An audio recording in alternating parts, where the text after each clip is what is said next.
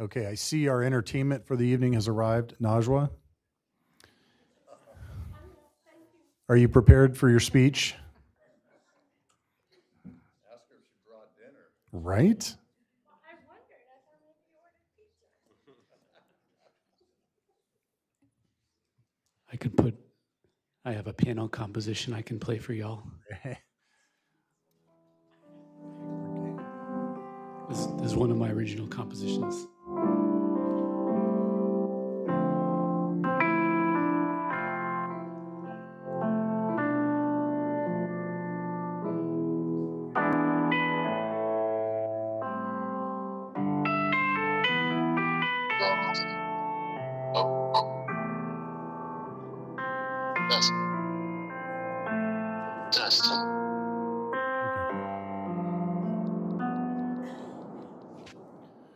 Thank you. Of course. Yeah. He will be signing albums That's right. after the meeting tonight. It's called Syrene's Anthem. Thank you. All right, we will begin our special joint meeting of the Planning Commission and the City Council.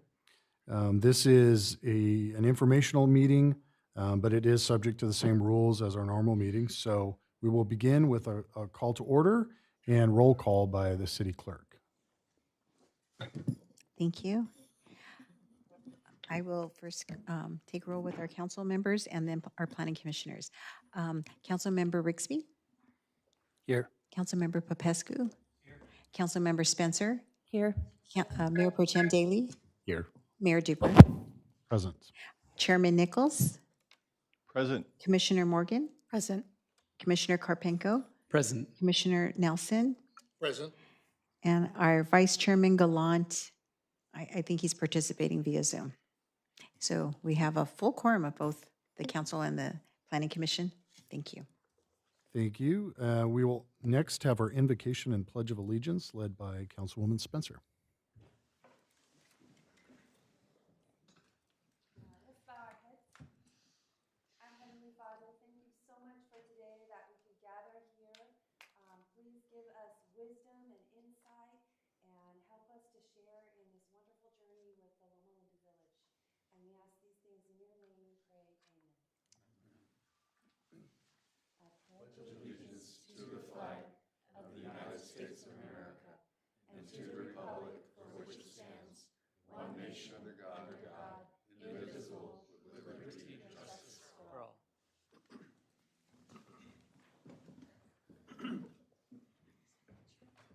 Thank you very much. Mr. City Manager, are there any items to be added or deleted? No, sir. All right. Because this is a public meeting, it is also open to public comment for non-agendized items. We only really have a couple of agendized items, but if there are any speakers who would like to come forward to talk about anything that is not on the agenda, this is now the time. I'm going to ask the clerk if we have anybody listed. We do not have anyone that registered to speak. Okay, thank you very much. All right, beginning our scheduled items. This is a workshop, and I want to read a little something here. Tonight's item is agenda item number 2A. It is a discussion of the proposed University Village mixed-use project by Loma Linda University Health. This is a duly noticed joint special meeting of the City Council and Planning Commission, but as a reminder, tonight's meeting is informational only. No action can be taken by either body. The members should avoid signaling support or opposition for the project. Formal hearings and decisions will occur at future meetings as part of the city's entitlement process. With all that being said, I would like to introduce the applicant, Loma Linda University Health, and their team, who will present an overview of the proposed University Village project. This is a 6-story mixed-use student and faculty housing development located south of Mound Street, north of Prospect Avenue, and east of Anderson, where the Loma Linda Market and Student Store are currently located. The entitlement application was formally submitted in December of 2025 following preliminary discussions with city staff that took place many months prior. Staff is currently working to retain a consultant to conduct the environmental review and assist with project processing.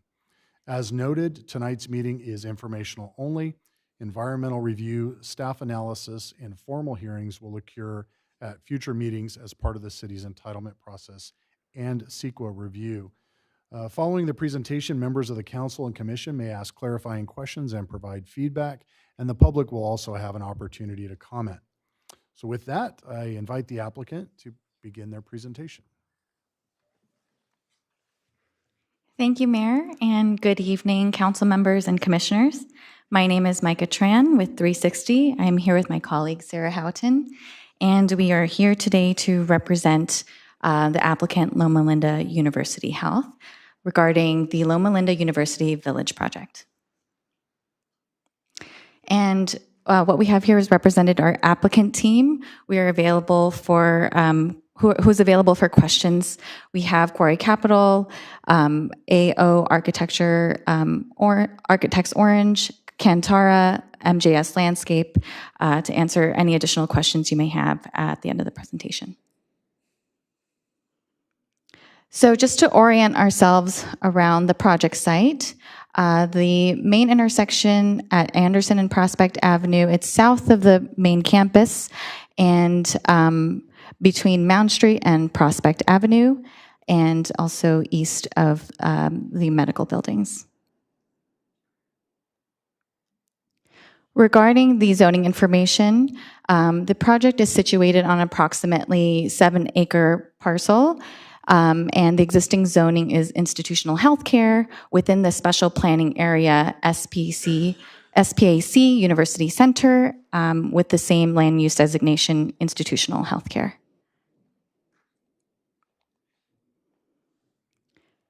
As you mentioned, we are proposing the construction, use, and maintenance of a 455,914 square foot mixed-use building with 381 residential units for students and faculty.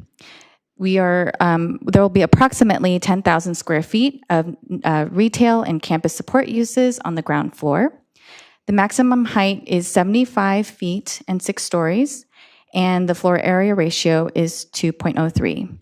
There will be 706 vehicular parking spaces on the project site, and bicycle parking will be provided per code. There's approximately 70,000 square feet of open space and approximately 65,000 square feet of landscaping.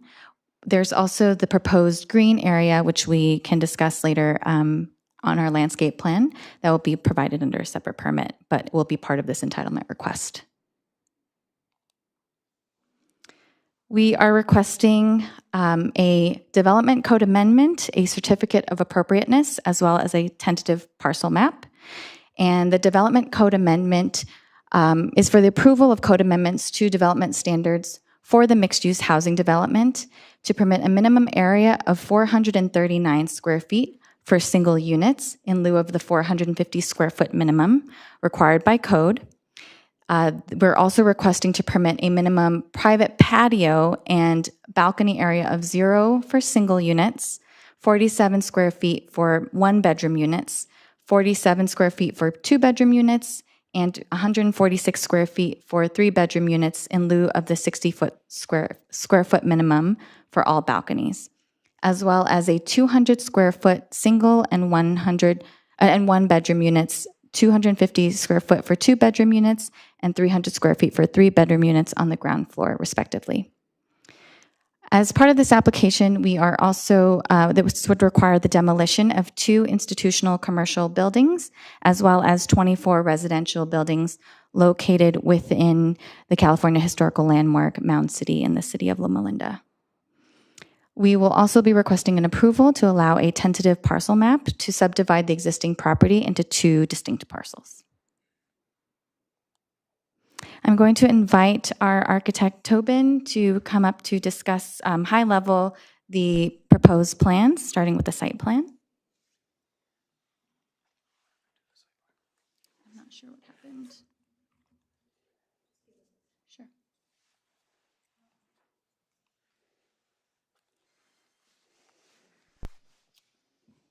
Good evening, Mayor, Commissioners, City Council. This project is, as was mentioned, 381 units, and it's developed around the parking structure in the middle. We call that a wrap type of product, in which we wrap the central parking structure with units. And so as you see on the ground floor, you would have, or on this site, you would have fingers that come out from the parking structure. And the idea primarily for a wrap type product is that you would drive into the parking structure and you would park on the level that you live on. Very economical and very efficient in terms of use of space and design. Next slide, please. Oh, actually, stay here. So on this, the primary entry is off of Prospect, in which we have our. Oh, it was me that did that. Sorry about that. Okay. The primary entry is off Prospect, and you will see that we have a leasing office off to the right, retail off to the left, a little parking field in the central area, the courtyard here, motor court, if you will, surface parking, before you enter the parking structure.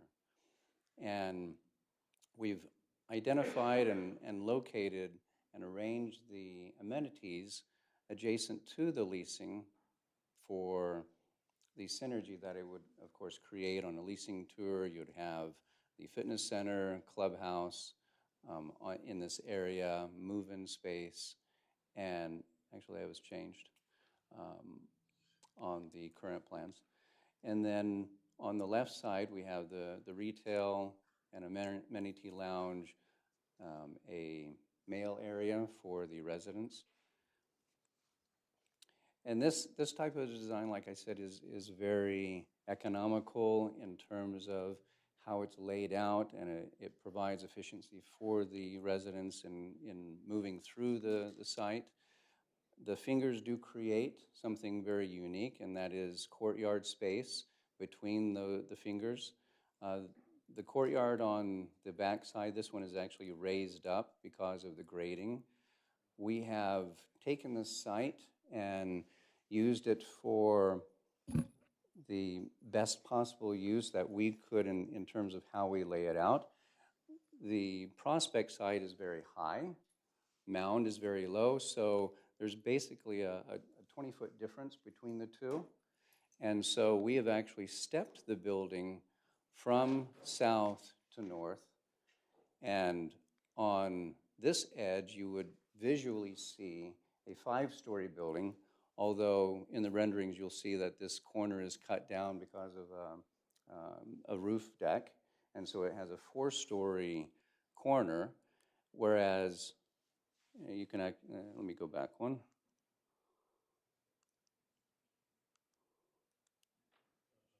I'm not doing this very well.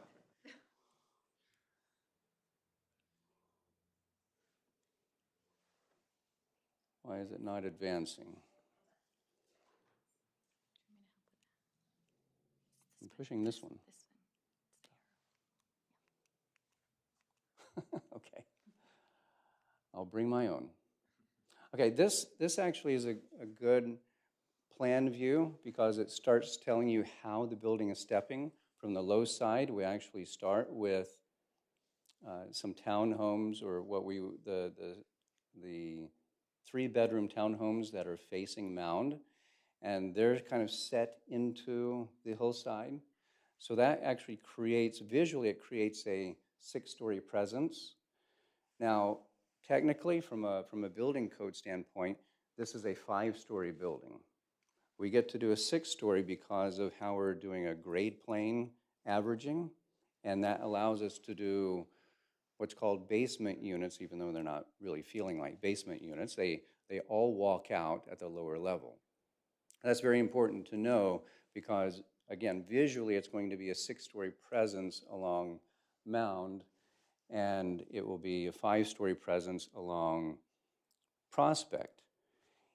Even that, because of grading, you'll find that there's some interest there because at this very corner, on the south east corner, visually there's going to be a 4-story presence because of the grading once again.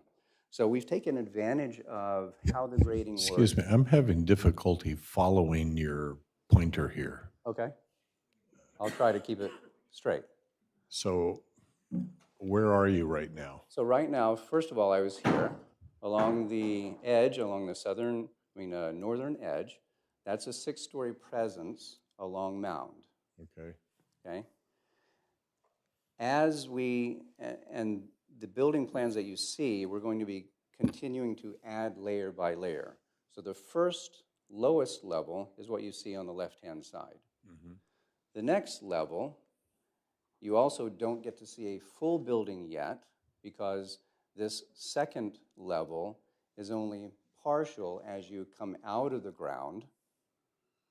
And this is where right now we have an entry, vehicular entry off of Mound into this circular area. There's a call box, and the person would, after being let through, if you're a guest, then you would access the garage. So that's from Mound. Once we go to the next level, you start seeing on the left-hand side, that's the third or second level, but it's the third if you're looking at it from the perspective of Mound Street. So again, this level here, this is the next level up. We're visually seeing now how Prospect on the south side, this is your entry once again. Now we're flushing out, we're coming into the project level from Prospect. We're 2 stories up from Mound, but we're coming in straight on Prospect. We go to and as you see, as I mentioned a while ago, that outline of the units above on the southeast corner, that's still in the ground because of the grade. Just a little better. So the ingress and egress is different for Mound Street than Prospect, correct? The elevation is, yes. Now, once you're in the garage, of course, it's all connected, right? You can go from the entry through the parking structure, go down a level, and exit out onto Mound. Where's the exit onto Mound? On the previous slide. Again, this because it's a. Okay. Do you see the exit here? So this would be the exit off of Mound. So on this level, I could come into the building, go up one, and then I'm at my next floor level, which then equals or is equal to Prospect because of the grade difference in the height.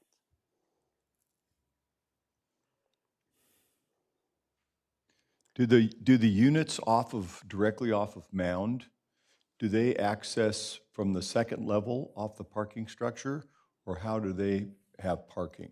So thank you for the question. So what we did there, again, we're using to our advantage the site plan.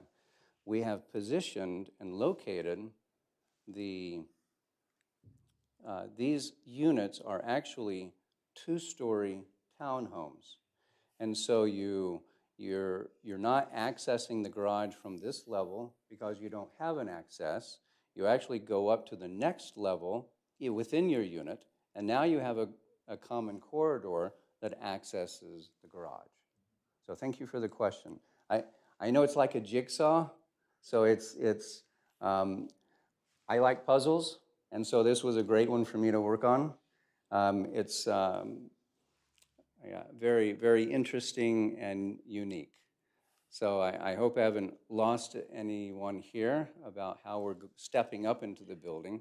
And just as you saw the erosion of the units and coming into play as we get higher, we're going to see the opposite now take place as we continue up the building.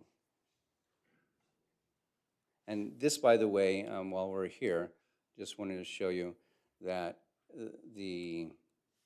where you see the red here, the retail, that's happening at the first floor, and also the space behind it, the amenity lounge.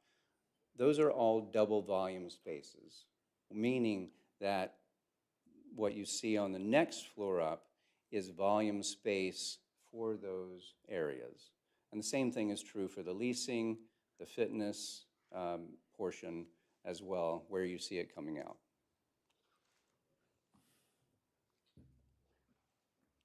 The fourth and fifth level of the building, almost identical.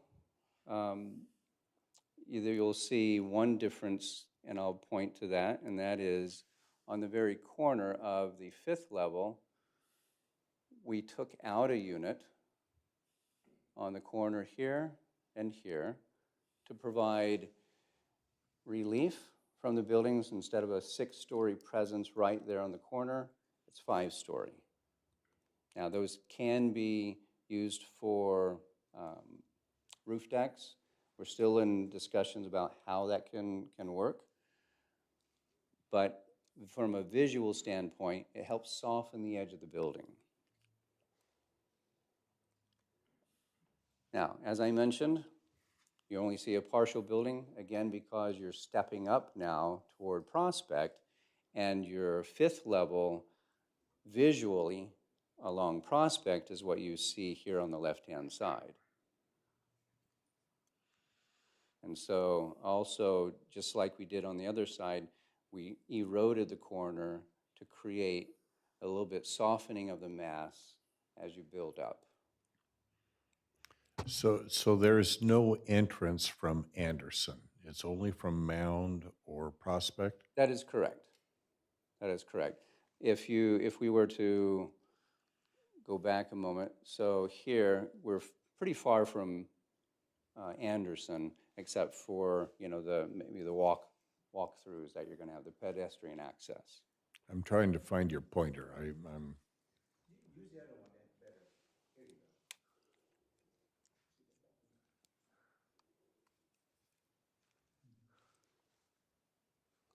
So Anderson, well, is it working? Anderson is here. Mound is on top. Oh, Right, yeah, so Anderson isn't here. Anderson is all the way over here. okay. So that's the edge. So this does not replace Bank of America or the frontage on Anderson? Not at all. Okay. Thank you.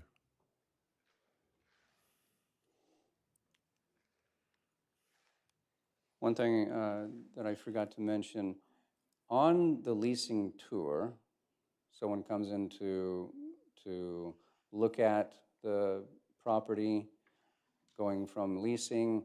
They may take a look at the pool court here, go through, visit the fitness lounge, club room, and then an elevator is situated here, closest to the leasing, and that will actually take you up to the roof deck here. That's sitting above the parking structure. So a little view deck that has been designed, and Matt with MJS is here. He can talk about what may be provided on that roof deck, as well as some of the landscaped areas. And how, so that's 5 levels for the parking? So the parking structure, this will actually tell it in a better story. So this, what happened? Oh, So, go back, there we go. So from, the middle one is actually probably best to look at. mm-hmm. So this one would be reading, or actually, I'm sorry, the top one. The top one is you're at Prospect here, Mound on the left-hand side. That's your lowest point. Mm-hmm. There's a courtyard that opens up to the 5-story building. You have 6 stories of parking garage, and And the way we see it is that your, the sixth level of your parking is basically at your, at the roof of your residential unit. And how many Prospect parks is on per this side. unit? Excuse me? How many parks per unit? Parking spaces per unit? Correct. I think we came up with an average, I have to look at my numbers, but I think it's like 1.6, is that right? So 1 per 6 per unit. I have the numbers here. Are I can, those going to be reserved for specific units, or is it kind of open season?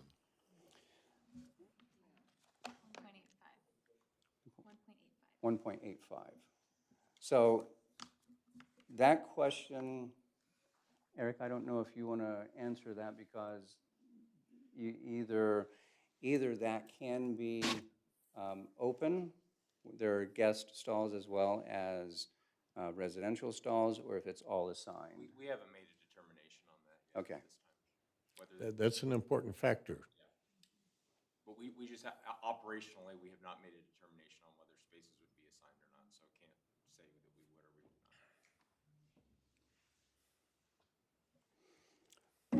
not. Okay, so this, and here are the elevations that we have currently for the project.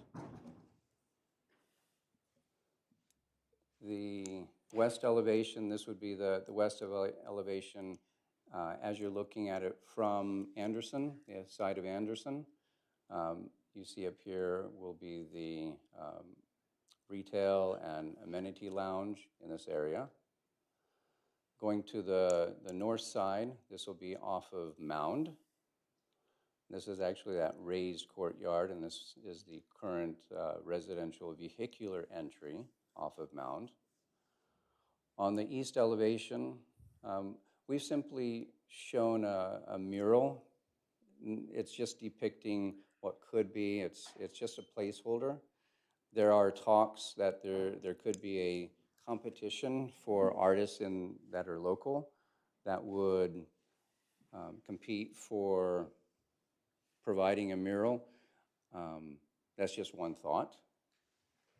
And then on the very bottom, you see the south side. So the south elevation along Prospect, and you can see how the grade is working, and that's why this only has a 4-story presence and a 3-story presence at the very corner, again, to soften the building along the edge.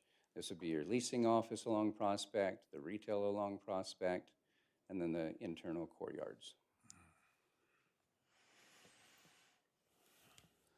Just a quick slide about the high-end materials that we're using for the project, for the development, and some of the colors. And I believe, Matt, would you like to go over some of the landscape? There's that one. There's that one.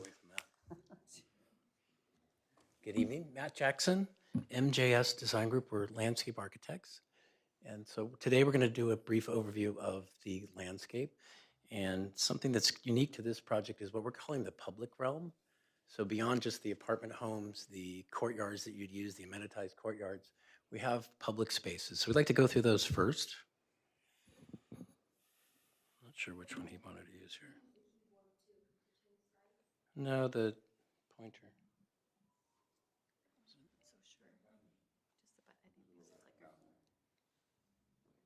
Uh-oh.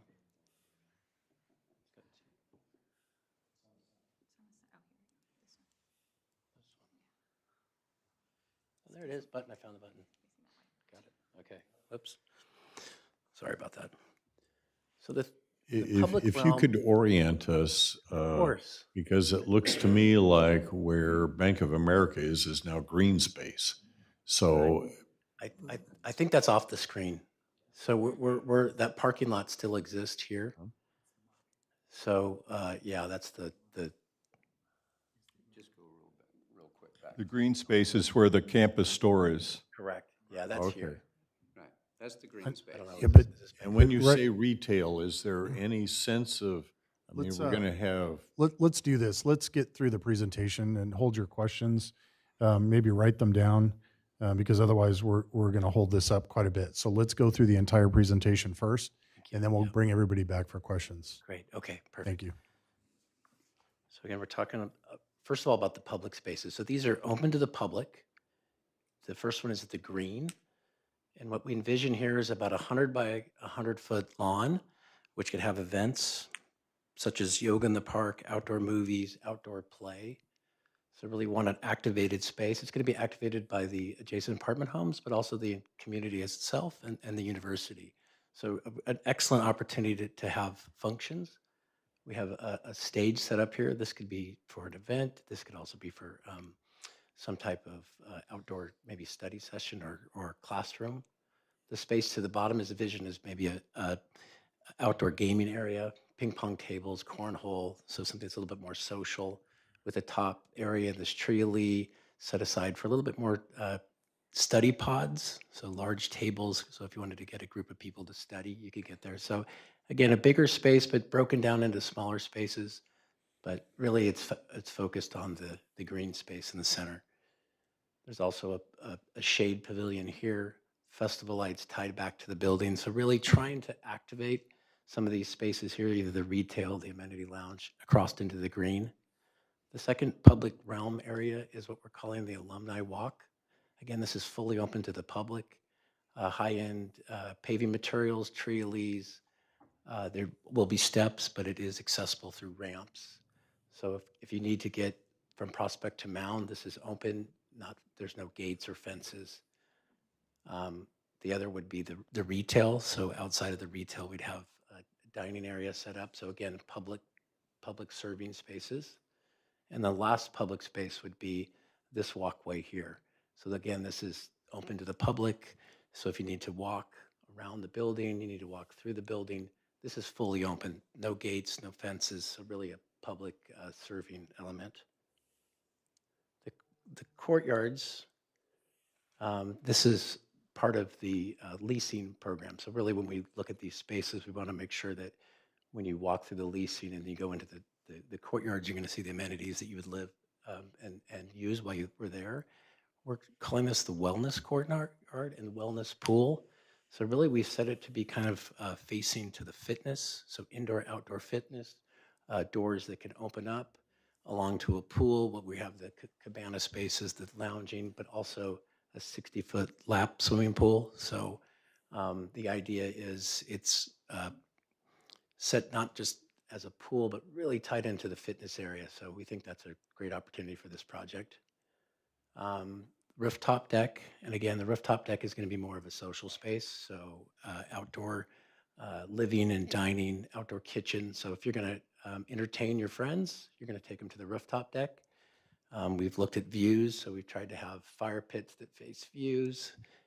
So again, large spaces, but broken into smaller spaces. So if you're a group of 2 or a group of 4, you're going to find your spot there. There's also shade cabanas. Again, we like to make sure when we work on a project of this size, there's opportunities to work from home, study from home. And so the pool will get that environment, and same with the rooftop deck. And then the other series of courtyards, really they're more backyards. So if you live around this courtyard, you're really going to use the courtyard that's adjacent to your apartment home. Those are going to have the amenities that people use most: barbecues, fire pits, seating areas. And they're going to be a little more quiet. So that'll be these 3 courtyards here. Tobin talked a little bit about the entry drive. This will be your entry drive into the garage. And then as far as the landscape itself goes, you can see here we have identified lots of areas for greenery. And the overall concept for the planting is drought tolerant or California native, long lasting, and easily maintained. So those will be the goals of the landscape. So that's a brief overview of the outdoor spaces. And we're certainly here for questions.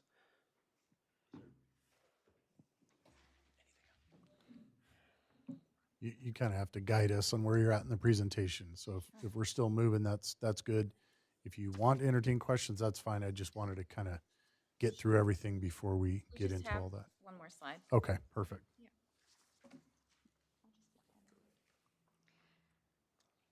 So this portion's regarding the retail analysis that the University of Loma Linda had a consultant conduct based on a comprehensive study, a survey with feedback from 750 students, employees, and visitors. They're examples that were kind of proposed for the retail and amenity lounge area for the 10,000 square feet on the ground floor. So we have several ideas. A fast casual restaurant. The staff and students and visitors wanted fresh food, bowls, sandwiches, dining options that were easy, quick grab and go. A coffee house or smoothie and juice bar with coffee, boba tea, smoothies, and acai bowls.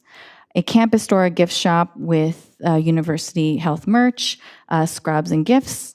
And then for the amenity lounge, it'd be basically a workspace, study space, resident lounge dedicated for quiet zones, cafe seating, outlets, and Wi-Fi, with a potential market convenience store option for grab-and-go items and over-the-counter medicines and things like that. So that's all that we have, and we're ready for questions, and we have our applicant team ready as well. Okay. I'm sure some of you have already written down questions. Dr. Daly, did you want to start? Oh, Dusty's ready to roll. Okay. I've got lots of Dr. Rigsby. I'm just wondering, the clientele restrictions, are these students only or seniors or anybody who wants to live there? Thanks for the question. Eric Schilt, VP of Campus Development for Loma Linda University Health. So affiliated with Loma Linda, we're calling it institutional housing. So it could be for staff, it could be for patients, it could be for some patients, for example, might need to stay here for a longer term, but students clearly. So that's the intent. Institutional housing is the way we're kind of terming that. I have a question, and it's regarding the retail space in the amenity lounge. Will you clarify, are these one level, one floor, or two floors? I was a little confused. They're all in one. Yeah, one floor. All one? Okay. Correct. And the apartment sizes, are they studio and 1 and 2 bedroom? Go ahead, Topin.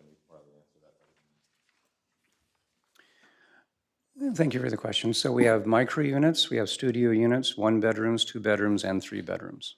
So what is a micro unit? About 439 square feet. So is that considered a studio, where the beds? It is. There's just one room and then the bathroom? Yes. Okay, That is correct. okay. Thank you. Mhm.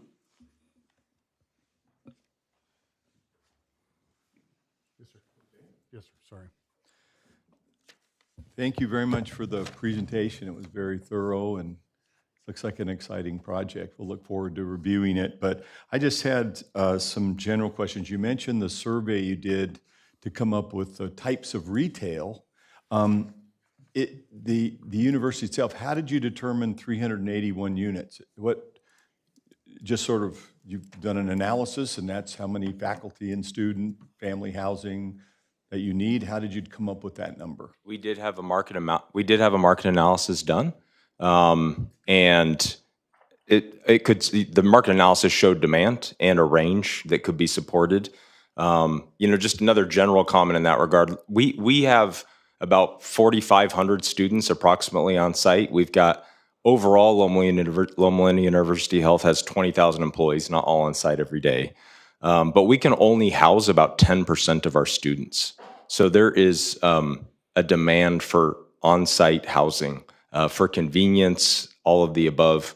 And so that also went into obviously factoring. But we did have a formal market analysis done, and that showed a range of potential demand that included both general apartments for staff and for student housing. And so after we had that, the 381 is only specific as a result of our architects going through the exercise and ultimately figuring out, hey, how many max units can work in the footprint that we've established. That makes sense.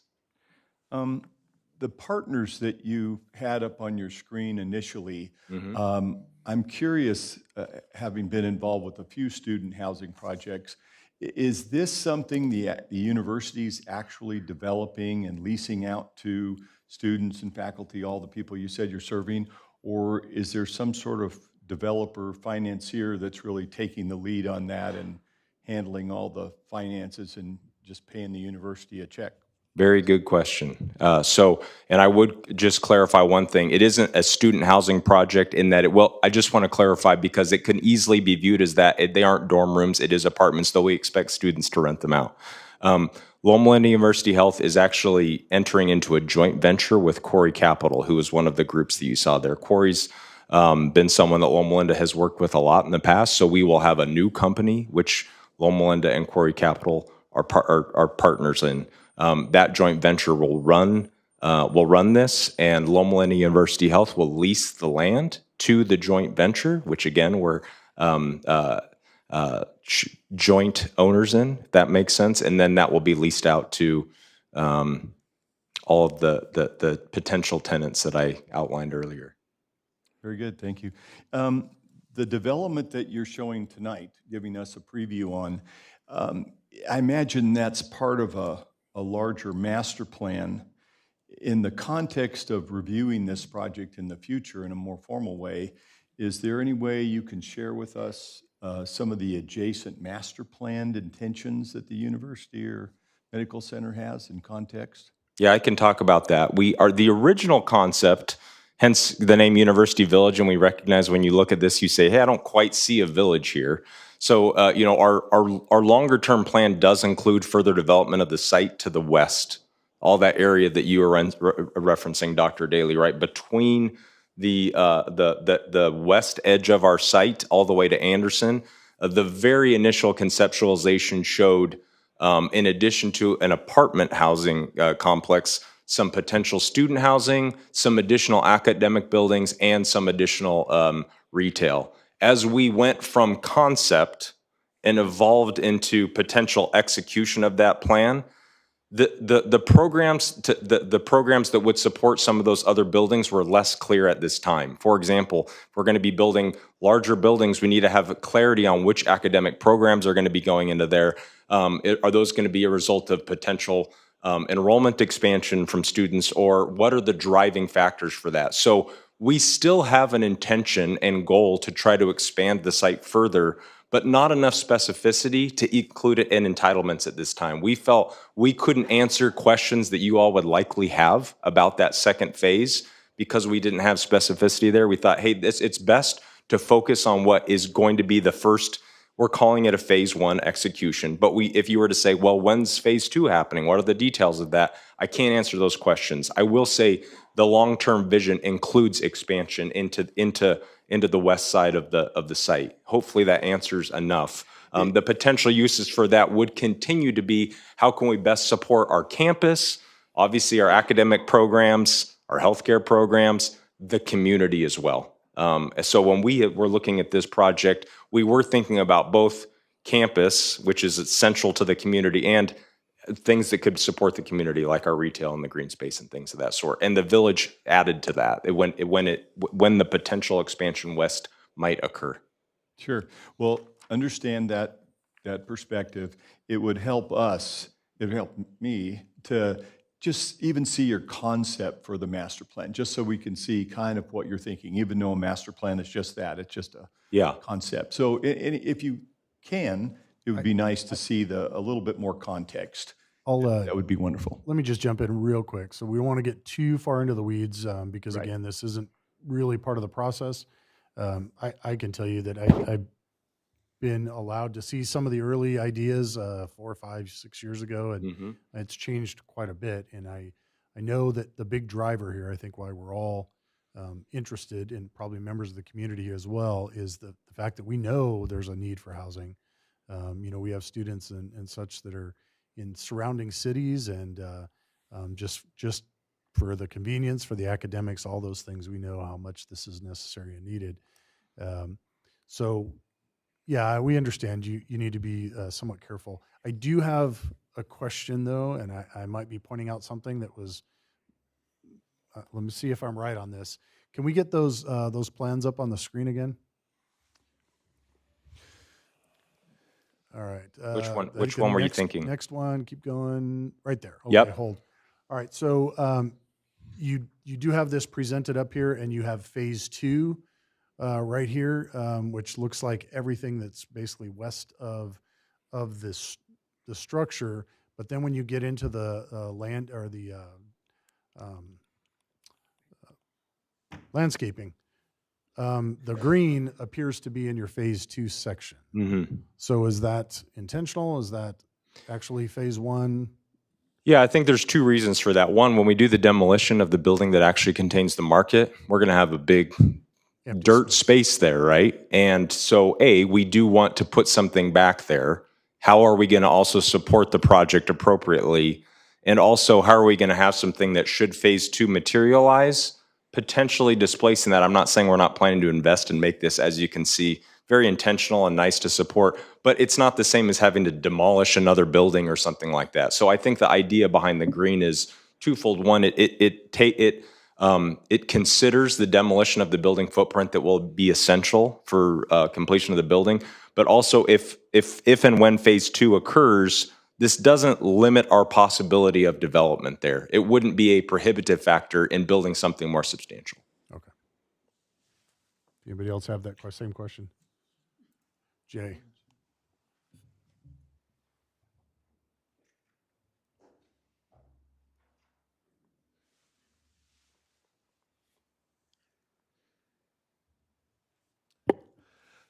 Wonderful presentation.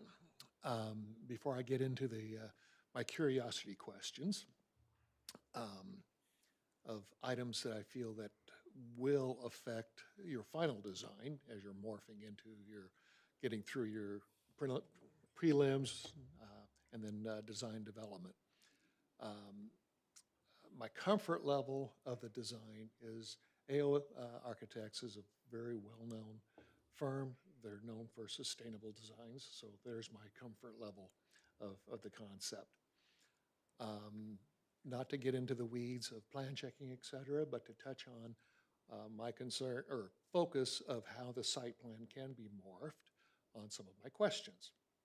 And they're more rhetorical than me needing an answer.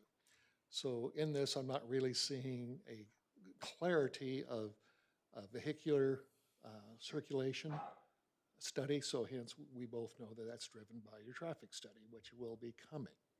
But again, within that, we both know that once that traffic study comes into play, it could affect your street sections, so hence might affect your overall site plan and the buildable area, if that's a fair statement. Be considering what is done in other cities, and I've seen AO Architects doing it in other projects, and that is once you get into the street sections and your traffic studies is what tugged at me is your comment about the green space and it being a community, potential community events. We both know, gee, where you're going to park, not within the parking structure. So the trick that AO, I've seen them do in other cities is expand the street section and start allowing diagonal, for example, diagonal street parking. So be considering that. I'm also seeing on here a start of pedestrian circulation. We both know the purpose of your pitch is student housing and foot traffic to the hospital side of the project. So in your phasing, I'm anticipating that you'll be paying attention to what's happening on all the streets to the west and softening the impact of the pedestrian traffic trying to get over there across that street. Some of us have been in a hurry trying to go northbound or southbound on that street, and the anxiousness for pedestrians to get out of the way. So I'm anticipating that AO is going to be looking at that.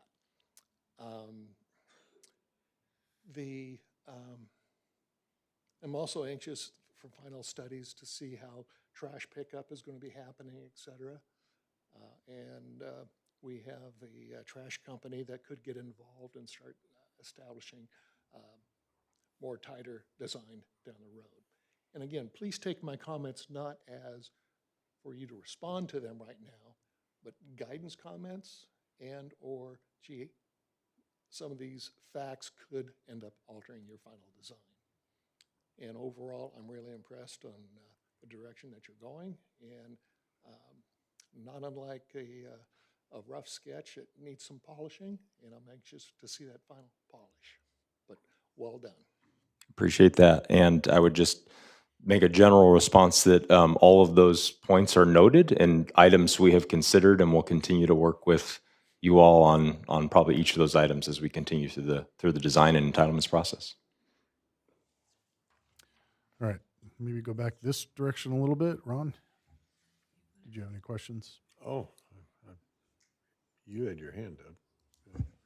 I always have questions. I'm presuming you control the entire site and that no kilo eminent domain actions necessary. That's correct. Thank you. Looking at what we're looking at the screen, I'm still trying to understand ingress and egress from the parking structure. Can you use the pointer and show me if I'm driving up Mound or Prospect, how am I going to get into the parking structure? Yeah, so if you're driving on Mound, this would be the entrance point right here. And this gets you into the structure. And that's a gated structure. Yeah, we will have some access controls to get into that structure. The structure, for clarity, is to support the housing. That's not for general campus use. We are obviously removing some parking in buildings, but the parking that's currently there supports the existing buildings that are there. So it's relatively neutral from a parking impact perspective, with the parking being for tenants. But yes, this will be access controlled to the structure from this side. When you go over here now, as Tobin was noting, this is 30 feet higher, something along those lines. I don't know exactly, but it's much higher. So you're on a different level of the parking structure, but this is Prospect now, right? Hospital here, Anderson way over here, B of A, Student Center. It gets higher the further you go east. Yeah. I mean, the total slope from this direction, it goes the lowest points over here. Yeah. But this is a different level, Dr. Daly. So you'd be entering this direction, and you're going underneath. That doesn't look like an entrance, but you'd be going underneath that, and then you'd be on a level up. And as Tobin noted, once you're in the structure, like most structures, you're going to have ramps getting up and down, right? You're going up and down based upon your circulation here. You could go down to Mound and exit through where you came in on Mound. So this is just elevation-wise higher, lower. Right now, access here, and then access off a Prospect. And I spent several years at University of Southern California, where you spent a lot of money, and it gave you a license to hunt for parking. It didn't guarantee you parking. And so I'm concerned if people are students or faculty, whoever, are renting these facilities, are they guaranteed parking, or is it a license to hunt? So I think this should be, the parking here should be viewed as separate from the rest of the parking on campus. We are, of course, looking at parking collectively. We frequently do as a whole on our campus in areas of need and demand, and we are continuing to do that with all of the activity we have going on. But the expectation with the count of the 1.85 per unit, remember, some of those, yes, they're 3-bedroom, but many of them are also, there's not a ton of 3-bedroom, 20 or so, is that correct, Tobin? Yeah, so the majority of them are 2 or 1-bedroom.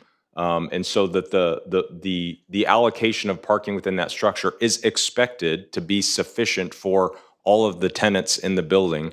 And then the expectation as well is anyone who is actually, again, is it possible someone who rents here could also have a permit to park in one of the Loma lots based upon what their potential job is? Yes, but for the most part, our assumption is that they will be walking to those locations, which is one of the reasons they want to be there to So begin it's with. controlled parking? Yes, this is controlled parking, So limited I to only just. have access if I'm renting from Correct. one of the units. This is, or potentially get visitor spots as well, right? Someone has someone over there for, to watch a movie or whatever, to host someone. The 1.85 per unit, is expected to be both, you must, to have access to that, you are either living there or you're having a visitor there for a specific reason. Is it gated to get into that parking? Like you'd have to put a card or do something like that? Yeah, I mean, I don't know specifically what we have in the design, Yeah. but it'll be access controlled. Yeah, Absolutely. so- But this is a big deal. Understood, yeah, I agree with you. If I'm renting a two-bedroom unit, I expect to be able to park one or two cars. Agreed. Is it going to be covered at all, or is it the top floor open? I think it's open. We don't have any solar up there, do we? No. And that's where I was going. I was curious if you were introducing some solar or something there. Do you want to talk about that at all, Tobin? Do we have any? Go ahead. Yeah, go ahead. It may be way too preliminary. We don't need to. That's okay.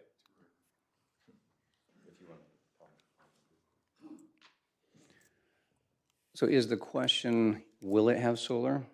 No, I was curious about the top floor of the parking structure. Yeah, whether or right not- now it's open, but in many situations like this, we do have the opportunity, because of the top level, to put solar in those locations, and it acts as a carport.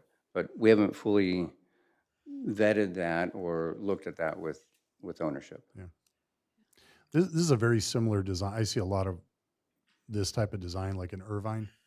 Correct. And I've seen quite a few buildings that are just exactly like this, built around the parking structure. So I'm very familiar with it. Yeah. Back over here. Obi? Quick questions. You may have the answer to this for me now because there's a lot of moving parts. I've had a lot of people actually talk to me and concerned about the Loma market. Do you have any idea where it's going to go? Yeah, I can speak to that briefly. Loma Linda recognizes the sensitivity to the market, and one thing to make clear: some people may not be aware. Loma Linda does not actually own and operate the market. We own the building and we lease it. The most I would say at this point is we are in discussions with the owner and operator of the market to try to find a solution that makes sense. Because we do recognize it as something that has been supportive, certainly to the campus and community, but couldn't commit further as to a specific location and or what that looks like. But we are actively in discussion with the owner and operator to try to find something that probably works. And then the bookstore that you're putting in there, is it similar in size? It's going to still have the same type of amenities, the Apple Store and all that? So the retail? Yeah. Yeah, so I'll talk, we introduced the retail in the last slide, and I'll just say we continue, those were potential items, and we want to come to resolution on what those are going to be soon. But we are continuing, and we've had an evaluation, as was noted, but we need a little more time and internal dialogue before we finalize and present what we want those to be. As it is currently submitted to the city, it's 10,000 square feet of shell, and those are proposed or possible uses.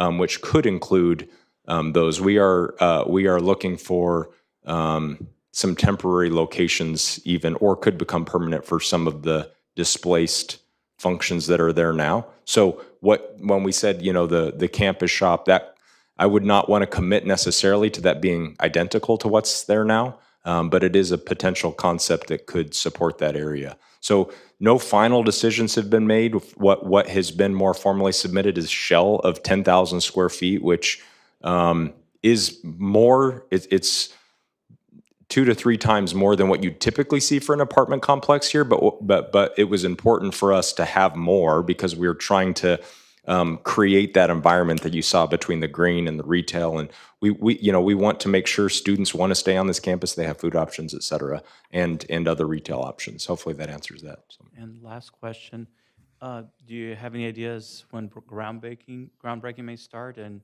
assuming that starts at a certain date, what would be the time of completion? Just, just you need to use your influence to get us through this process really quickly. It's really up to us. Is that what you're saying? Yeah, so we don't have a specific date. We are, as noted at the beginning, we are starting, and we're on the early phase. Of the CEQA process. We have submitted, from a staff's perspective, the city staff and planning commission, I think, has seen the drawings we've submitted, but design is continuing as we're working through. So we don't have a specific timeline. I would also say we need to also get a demolition package in for the buildings that need to come down. So this is the most immediate next steps. Our timeline is as quickly as we can responsibly move forward, right? So we want to proceed with the project as soon as we have checked all the boxes, gone through the process. We understand we've got several months in front of us before that, but I wouldn't offer a specific time frame until we're able to probably get further into the CEQA process and the design process with your city staff here. Yes, sir. Security considerations. If I send my daughter to school at Loma Linda University, what kind of security is going to be built into this plan? Well, some of these are operational details that we probably have not completely ironed out. But what I would say is this is for the most part, the center of our campus, and even though it's a joint venture, again, Loma Linda is a part of that partnership, and so the expectation is that Loma Linda University Health Security would be overseeing the security of this area as well. But the reason I can't answer it probably with more specificity is that's not necessarily a contractual agreement that is currently in place between the joint venture and Loma Linda University Health. My assumption is that we will land in that area. Between that and the property management group that will be ultimately running this, the expectation is we're going to have adequate security. Fair enough. Heads up, I think security is an important priority, and I know I don't think we have major security issues, but we do have security issues, and so I would hope there's some specific planning that goes into thinking about security for people that may be renting those units. Noted. Yeah, we agree. It's a that very means important issue. gates. I don't know if it means what it means in terms of entry and exit. I don't have a plan, but I think it needs to be part of it. Is there anything specifically from a design perspective that you'd want to bring up from a security perspective, or not at this time to open? I'll jump in real quick. Just obviously from my public safety background, the idea of having the parking structure inside makes buildings like this typically very secure because you're not accessing from the outside. You're driving into a secure area, and then you're going into your unit. And typically, these types of buildings have a lot fewer issues than other places. So. But like was stated, I'm sure that'll be something that's talked about later on. Yeah, we're not accessing the units from the exterior for the most part, yeah. I want to get to Mr. Karpenko. I had two questions. One was, you briefly touched on it, but if you could elaborate how the maintenance will be handled. And then the other question is, I saw there's a dog park and a dog spa. Are there any considerations that you've had to take into account for animals that will be on site, things like that? Yes, so I think the assumption is that we are going to have owners that have, pets, and that's one of the reasons we took that into consideration. Also looked at things like location to wash dogs and things like that have been taken into account. And some of that, again, is just the expertise of, AO, who has designed a lot of these buildings. What was your first question again? I'm sorry. Who will be responsible for the maintenance? Yes. Things like that with a pool, and there's quite a bit of. So yeah, we'll have a property manager for the building. We have not entered into any contractual agreement for that. I think we preliminarily discussed that with our partners, Corey, about possible property managers, whether that is possibly internal Loma Linda folks or a third party, which is also a definite possibility. But there will be a dedicated property management group associated, certainly of a building of this size. that's been factored into kind of our financial projections. Very good. Thank you. Dory. I have a question about eminent domain. I'm thinking of the families who live in those homes that will be surrendered for this project. Are they given adequate time to relocate? Yeah, so it's a really good question, and it's something we're sensitive to. We have actually already provided a courtesy notice to everyone who is staying in a unit, and we've already put out communication saying we don't have a specific date.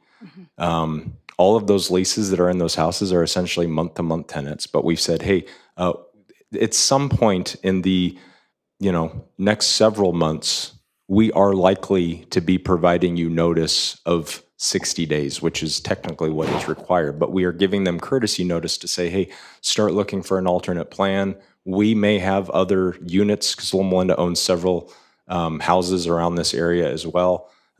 So we might have other units that are available. Of course, we're creating more housing here, but might not be something. And regardless, we're going to be down those units while we're in construction anyway. So we are definitely aware of that, understand the sensitivity of people that have been in these houses for some time, and are doing our best to give them as much notice as possible without having any specificity. It's hard at this point to give them, if we had a specific date, we would give it to them per your comment about schedule.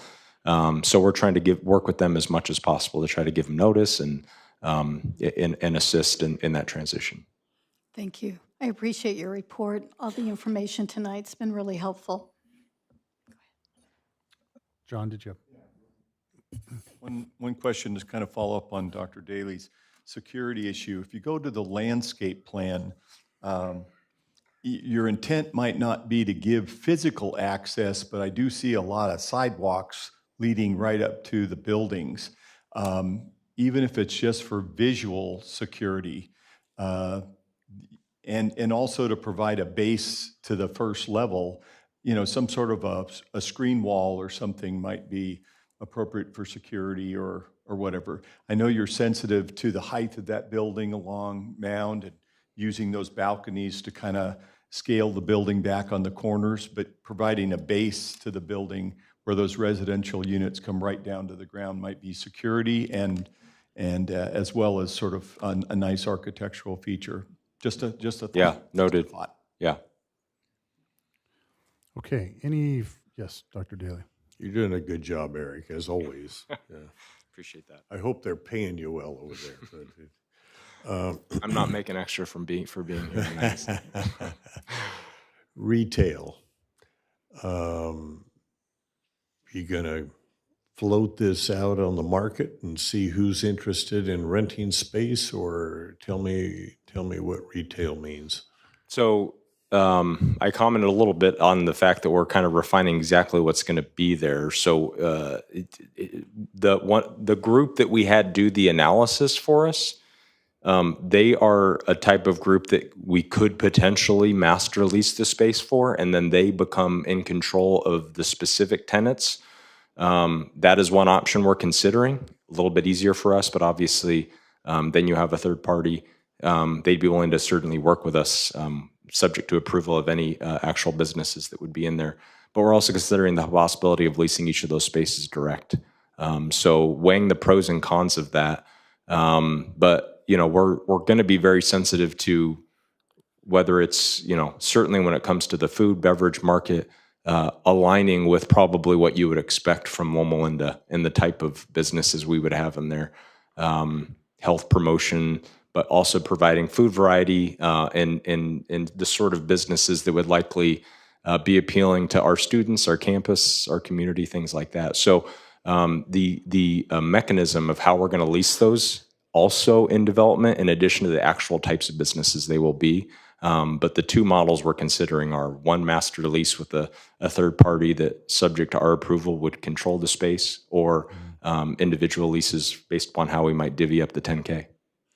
And looking at the diagram, there's retail, which is on Prospect Avenue, and then there's amenity lounge. What is an amenity lounge? So yes, it's a good question. So the amenity lounge right now is part of that 10,000 square feet. It's also not something that we have finalized. It has been mostly thought of in the context of this student-focused space and wanting to have the retail spaces are not going to be have a lot of area to kind of sit and study. And one of the things that we noted in the survey that we put out from students is there are very few places on our campus currently to really study, to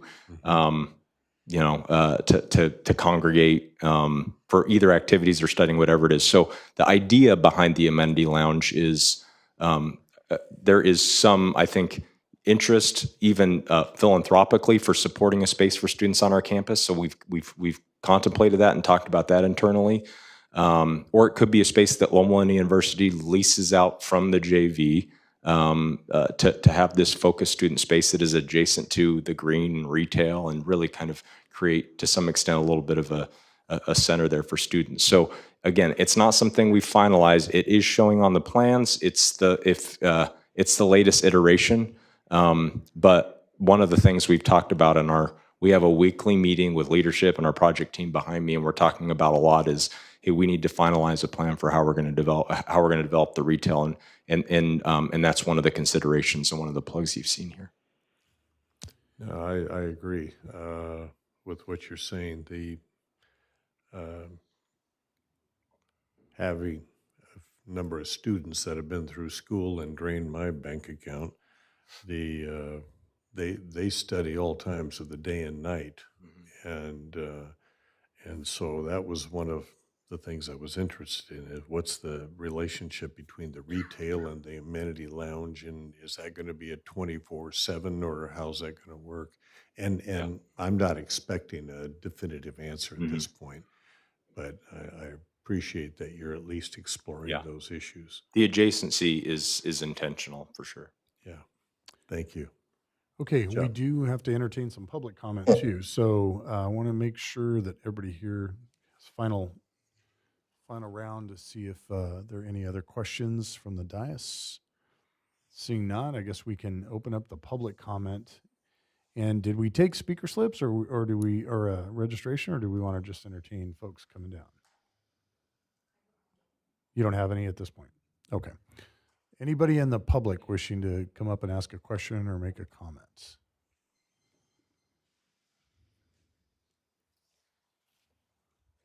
All right, CR&R representatives. Maybe this is answering your trash question. Yeah, I was actually going to come up here and talk trash. I just want to introduce myself to the group. I am Belinda with CR&R. I represent the trash company, and I'm going to leave my cards. I think that this is great. I think they need some compactors for trash, recycle, and organic, so we can make sure that we have, we're in compliance with state law and labeling and stuff. So I just want to introduce myself and make sure that they talk to me during their grading and everything. We're here to help. So I'll leave my cards. Thank you. Right. Okay. Yes, sir. Actually, I'll follow that up. We actually do have compactors. So on the site, we have a compactors right here. Internally, we have chute-fed trash rooms on every floor that transport the trash down to the first level. We have trash bins then that are conveyed over through the garage at the first floor to the compactor. So at this point, we have started those initial thought processes. Okay. So the trash trucks would come in that long driveway looking area right there, and that's where they would collect from. Yes. Mm-hmm. And then one other real quick question for Eric is that designed for like visitor parking, or what's kind of the idea of it, that strip there? Yeah, we've called that the Hillcrest extension, and it could be. It's open. The anticipation it's open, but at the moment we were actually just talking with Jar about this the other day. I think the assumption is that would remain.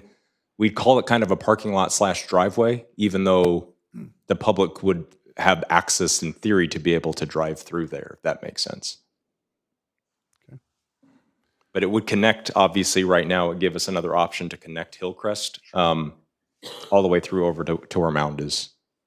You know, the one thing though is if you build it, they will come. So yes, people will drive it. if you leave that open, but. Yeah, it's certainly something we need to consider. Now we're back to my concern about parking allocation for residents. Yeah. Okay, any other direct questions or comment from either board? Oh, okay. I don't have access to those, so maybe Lorena, you could read those. Uh-oh. Okay.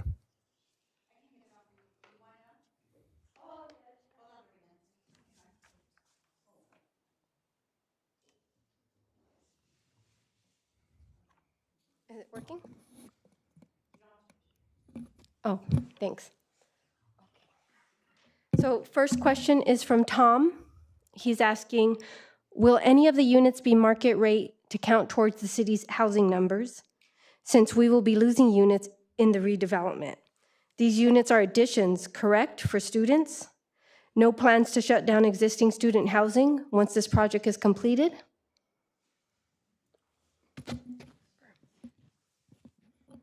Correct. There's no plans to shut down any of our existing dorms or student housing. And just to reiterate a comment I made earlier, these are apartments.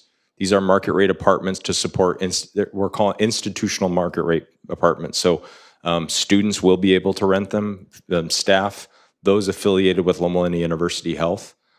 We are not taking out any student housing. Other than the units which were referenced are houses that currently Loma Linda owns, but those are rented to the general public at this point. They might be affiliated with Loma Linda, but they're not necessarily students. Mm-hmm. Yeah, just to confirm then for staff's question, but what did you just say they might be rented out to the public? No, I was talking about the units that are demolished, that are being demolished, are rented out to the. Right now, those are not viewed as student housing. So to confirm, it's 100% institutional housing just for people affiliated to the institution. Right. So I think to answer that question, if he's asking, will the market rate be count towards the city housing numbers? I'm assuming he's talking about RENA. And if it's student or institutional housing, to confirm, it will not be counted towards our RENA number. Next question is from Jay Miller with Inland SoCal Housing Collective. He's asking several questions. What is the impact on the Loma Linda city budget? Added services, increase to local tax revenues? That's the first question. Second question is, will SB 4 from October 2023 apply to this project given the nonprofit faith-based connections? I will let you answer the first one. Other than to state, we will be, the city requires development impact fees, which for the most part, I would describe as offsetting city costs that come from the city budget. But I would let you, Jarbra Lorena, comment further on that. Regarding the second item 4, it's no? We're not utilizing SB 4. Okay. And in terms of the impact, basically what you said, Eric and Jarb could expand. Yes, it'll pay for the new services and the impacts created by the project. We'll also get planning permit fees, building permit fees, grading, and the typical review fees. Local tax revenues with the retail and the student store. Pretty much it. And that's it for questions on Zoom. Okay. All right. I don't know if there was like an official wrap up. Again, this is just a very informal, informational. We do have we have a taker. Run forward. I didn't know if I had to come to the microphone or not, but I've really enjoyed this. I've never come to a meeting like this before, but I am actually the second owner of a very successful salon in the market. We opened in 1978, and I am just the second person. So we're very sad that we're going to be losing our position. And because I've never been in a situation where a project of this magnitude, I'm really at a loss of what to do with planning for my future. So it was really kind of killed my business, as I've lost stylists, cannot rehire stylists. So when you guys talk about it could be many months I haven't heard the year mark say, but I have no idea what to expect, whether it's going to be a Excuse month. me, may I interrupt for a moment? Do you mind just speaking into the microphone Okay. because the Sorry, I Zoom was just knowing that they were, just because of my not knowing how these large projects work and knowing that my business is going down with this project. I would like to have some sort of, are we talking 6 months? Are we talking 12 months? Are we talking, I have no idea how quickly it can work and how slowly it can work. I know you guys talked about speed. If everything went smooth, what are we looking at for the demolition of the market? I'm actually just the hair salon. The longest, the longest process is probably like the CEQA and all those environmental reviews, correct? Yeah, minimum 6 months. 6 months would be the fastest we would work. That's just For the the review CEQA. process. Okay. For the environmental review. Okay, so after that would be the demolition? And the applicant would have to expand on that. First of all, I'm sorry that you're going through that. And when you do projects like this, unfortunately, there are circumstances like yours, and we have no intent to put you through what you're going through. And so I just want to apologize on behalf of the institution. Obviously, what I'll call our critical path is the CEQA process. As soon as we have firmer dates and we get a better sense as we get into this about whether there are any significant factors that could delay the project, you will be one of the people we can make sure we're staying in contact with. If we get through CEQA, so we need to get approval and certification of that process. In parallel to that, we're actually getting the design reviewed of the build. All the specifics of this are being reviewed by the city as well. So that's another item that needs to get approved, formal permit to build the building in addition to just the impacts of the building. And then we also need to get a demolition. So the demolition is the earlier item. So if all of that happens in parallel, it could happen very soon after that CEQA process is complete. And when we have more specificity around exactly when we think that date is realistically going to be, or feel like we can make a commitment with any more certainty, then we will certainly let you know immediately, since you're one of the tenants in the building. So what I'd like to do is I'd like you to give your information to Lorena. Lorena does our economic development for the city, and maybe there's something we can help with in terms of another location, maybe to help that transition, because we want to hold on to all of our business. Boy, every penny counts for us right now. So I appreciate that. please, please, please connect right now, get information, and maybe we can start working on something proactively for you. And anybody else that's potentially affected by that, I think we as a city, I'll speak for all of us, I'm sure we are all in unison on this, that we want to do anything we possibly can do to help keep your business here and maybe help find alternative location or something like that. I know it's I really still rough, appreciate that. but that's very important to us as a city. And something to consider, I know that you guys talked about what you would like to see come in the building. And a high-level salon is, like I said, we are very successful up until a couple months ago. So one thing to consider, though, and as they were talking about, there's going to be a significant downtime, for construction and all that stuff. And so as that process happens, you probably still need to, and I'm with you. I'd be lobbying for you that you I'm maybe can prepared move to back in move there. because this project is what the city needs. I love seeing this development happen. So I'm not petitioning against it. I'm for it. It's a beautiful project. For my business, it was very difficult for me to accept. But Can't promise you I anything, but appreciate that. I'm really hoping that And there's I will something talk we to can you help you after. with. Thank you. All right. Okay. I think that basically concludes this meeting item. Eric, unless you want to wrap it up. Just want to say thank you to everyone for spending the time learning about our project.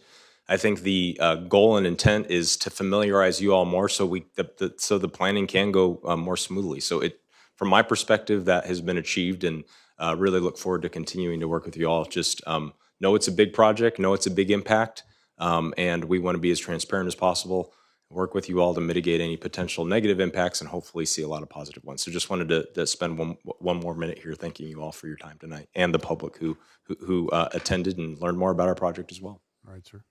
I want to add one more thing, that every month, Eric and I and Lorena and Rick, we have a meeting every month.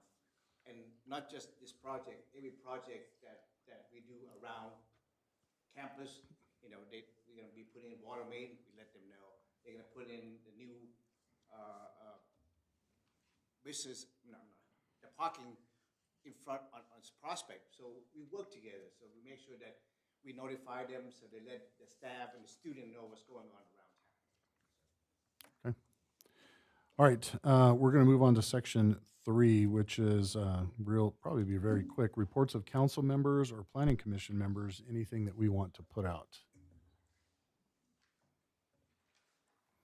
I will tell you that that this morning we had the city selection committee meeting, which is where all the mayors of every city in the county get together. This happens once a year. We make appointments for various committees and positions.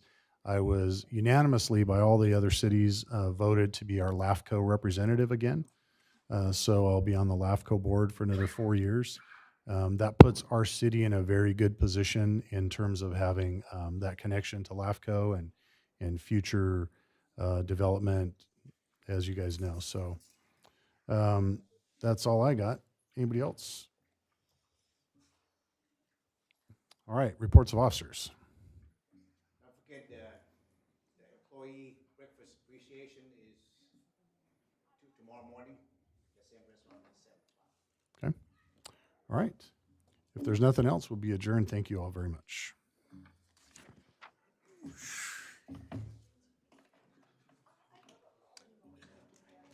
Very nice. I will take these.